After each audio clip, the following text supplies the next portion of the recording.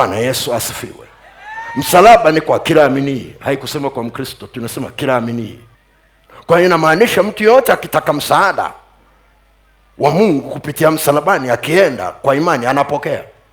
Eneo la kwanza ambalo unahitaji kulifuatilia, ambalo Mungu atataka kukusaidia, ni kurudishiwa mafanikio. Kwa nini Mungu anataka moyo wako? Kwa sababu anataka utakapokuwa unatafuta kurudishiwa mafanikio yako, usirudi peke yako. Ukimbeba kwenye moyo wako, anaenda na wewe. Kwa kila ofisi anaenda na wewe. Tunaenda sawa sawa. Bwana Yesu asifiwe. Hebu tuangalie kitabu cha Yoeli. Kitabu cha Yoeli, ile sura ya kwanza, ule mstari wa 4. Kitabu cha Yoeli, sura ile ya kwanza, ule mstari wa 4. Nakupa tu mistari michache alafu nitakuelezea. Ni habari ambayo unaijua, lakini kuna mistari nataka tuisome ili ujue iko ndani ya Biblia. Yoeli 1 ule mstari wa 4 inasema, yaliyosazwa na tunutu yameliwa na nzige, yaliyosazwa na nzige yameliwa na parare, yaliyosazwa na parare yameliwa na madumadu. Bwana Yesu asifiwe. Bwana Yesu asifiwe. Changamoto ya huu mstari haisemi ni kitu gani kilikuwa kinaliwa na tunutu, kinaliwa na nzige, kinaliwa na parare, kinaliwa na madumadu. Mstari hausemi. Sasa ukienda kwenye Yoeli sura ya pili, ule mstari wa 24, alafu nitasoma wa 23. Yoeli 2 mstari wa 24, alafu tutasoma wa 23. Ule wa 24 unasema, na sakafu za kupepetea zitajaa ngano, na mashinikizo yatafurika kwa divai na mafuta. Alafu anaendelea kuzungumza pale mbele, ule mstari unaofuata, nami nitawarudishia hiyo miaka iliyoliwa na nzige na parare na madumadu na tunutu, jeshi langu kubwa nililotuma kati yenu. Tuko sawa sawa? Kwa hiyo ukiona wanasema nzige wamekula kwenye ile sura ya kwanza, wao nafikiri walikuwa wanakula mahindi.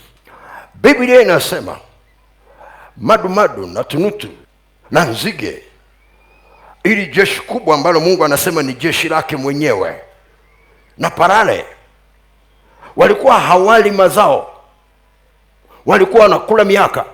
Nitawarudishiwa miaka iliyoliwa na nzige. Tuko sawa sawa? Tuko sawa sawa? Tuko sawa sawa? Bwana Yesu asifiwe. Bwana Yesu asifiwe. Haleluya. Kwa hiyo ukifuata ule mstari wa 23, anazungumza tena kitu kingine pale, anasema, furahini basi enyi wana wa Sayuni, mkamfurahie Bwana Mungu wenu, kwa kuwa yeye huwapa ninyi mvua ya masika kwa kipimo cha haki, naye huonyeshea mvua ya masika na mvua ya vuli kama kwanza. Sema kama kwanza. Sema kama kwanza. Sema kama kwanza. Okay. Mstari unaofuata anasema, nitawarudishia. Bwana Yesu asifiwe. Bwana Yesu asifiwe. Bwana Yesu asifiwe. Haleluya. Anazungumza juu ya hili jeshi kubwa. Watu wanaona mazao yamepata shida. Ukisoma hiyo, mashamba yamepata shida, ng'ombe wamepata shida. Adhabu haikuwa kwenye majani, adhabu ilikuwa kwenye miaka. Unahitaji kujua hili. Kama uelewi, wewe amini tu, soma kwenye Biblia yako. Nimeshajifunza vitu ndani ya Biblia kwamba imani saa nyingine haidai kuelewa, ila inadai umwamini huyu anayekusemesha. Maana yake ni kwamba Yesu akisema twende, unaweza usielewe, lakini kwa sababu unamwamini Yesu, unanyenyuka, unamfuata. Ndio maana kwa imani Ibrahimu alipoitwa aliitika, akanyenyuka atoke na hajui anakoenda, lakini alikuwa anamfuata aitaye. Imani yake haikuwa kwa kule anakoenda, imani yake ilikuwa kwa huyo anayemuita. Tunaenda sawa sawa? Wakati Mungu alipokuwa ananiita kwenye utumishi, sikuwaza hata siku moja tutakuwa na kitu kama hiki Kahama. Hakikuweko wala kwenye ndoto. hakijawahi kusikika, hakijawahi kuonekana, hakijawahi kuingia kwenye wazo la mtu kwamba Mwakasege atakuja Kahama, atakwenda kusema neno. Nilikuwa sijui, hata sina mpango wa kitu chochote, sijaenda Bible school, sijafanya kitu chochote. Kitu gani kilichotokea? Lakini Mungu alijua ya kwamba siku ya leo nitasimama Kahama. Kwa hiyo mimi nilipoitika sikuwa nafuata ninakoenda, kwa sababu nilikuwa sijui. Nilikuwa namfuata aliyeita. Bwana Yesu asifiwe. Kwa nini nakueleza kitu cha namna? Unahitaji kusoma Biblia kuelewa ya kwamba uchumi hauko kwenye vitu, uchumi uko kwenye nyakati. Okay, Waingereza wanasema time is money. Wanafikiri lugha wameipata wapi? Kwenye Biblia. Chezea muda wako na chezea uchumi wako. Poteza muda wako, unapoteza hela. Unasema unajuaje? Mambo ya Nyakati wa kwanza sura ya 12 mstari wa 32, jana nilikusomea juu ya wana wa Isakari wenye akili za kujua nyakati na kujua yale ambayo wana wa Israeli wanatakiwa kuyatenda. Unachotakiwa kukifanya kimewekwa wapi? Kwenye nyakati. Usipozijua nyakati hutajua cha kufanya. Tunaenda sawa sawa. Bwana Yesu asifiwe. Bwana Yesu asifiwe. Haleluya. Sasa angalia sura ile ya kwanza ya kitabu cha Yoeli, ni kuonyesha kitu kingine tena. Ni kuonyesha kitu kingine. Mstari ule wa 9 na wa 13 ni kuonyesha kitu. Yoeli 1 mstari wa 9 na wa 13. Ule wa 9 unasema, sadaka ya unga na sadaka ya kinywaji zimekatiliwa mbali na nyumba ya Bwana. Hao makuhani wahudumu wa Bwana wanaomboleza. Mstari wa 13.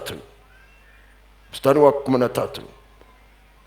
Jikazeni mkaombeleze enyi makuhani. Pigeni yowe enyi wahudumu wa madhabahu.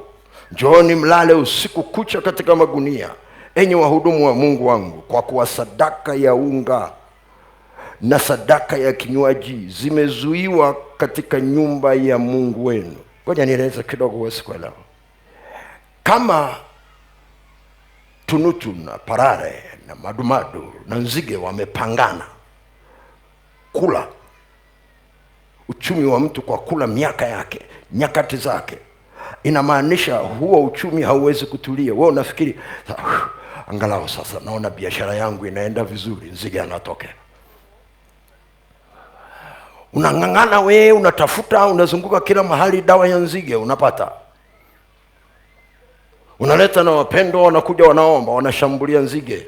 Wanamtwanga vizuri kabisa, unaanza kustawi kidogo. Baada ya muda madumadu kasogea.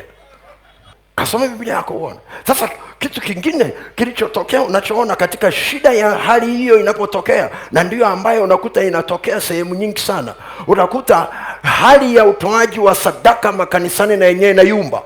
Sasa inapoyumba, wengi sana wanakemea shetani, wakifikiri shetani ndio anazuia sadaka. No, Biblia inasema hivi, zile sadaka watu wanazo mfukoni. Watu wanafikiria kwamba kwa sababu ya hali ya uchumi imekuwa mbaya, basi sadaka hazipo. No, sadaka zipo. Ila hali inapokuwa mbaya ya uchumi, kuna kitu inasukuma ndani ya kanisa. Kuna siku inasukuma ndani ya watu. Biblia inasema zimezuiwa. Unajua kuzuiwa maana yake nini? Zilikuwa zinakuja zikazuiwa. Kuna watu wakawa wanataka kulazimisha zije, zikakatwa. Zimekatiliwa mbali. Anadai kitu gani? Waingie kwenye toba. Kitu gani kinawasukuma kanisani kuomba? Sadaka haziji. Kwa nini Mungu amezizuia? Unahitaji kucheki vizuri sana. Kwa nini amezizuia? Ni kwa sababu wameacha kusimama na kuombea hali ya uchumi wa nchi yao. Kasome Biblia yako. Ndio maana walipotubu, maandiko yanasema Mungu akairidhia nchi. Hakuridhia watu, aliiridhia nchi. Walipotubu, aliiridhia nchi. Maana yake ni kwamba alitaka watu waweze kukaa kwenye zamu kwa ajili ya kuomba. Nyakati alizoziweka juu ya nchi yao kwa ajili ya uchumi wao, lakini wakamkorofisha Mungu na hawakupata nafasi ya toba.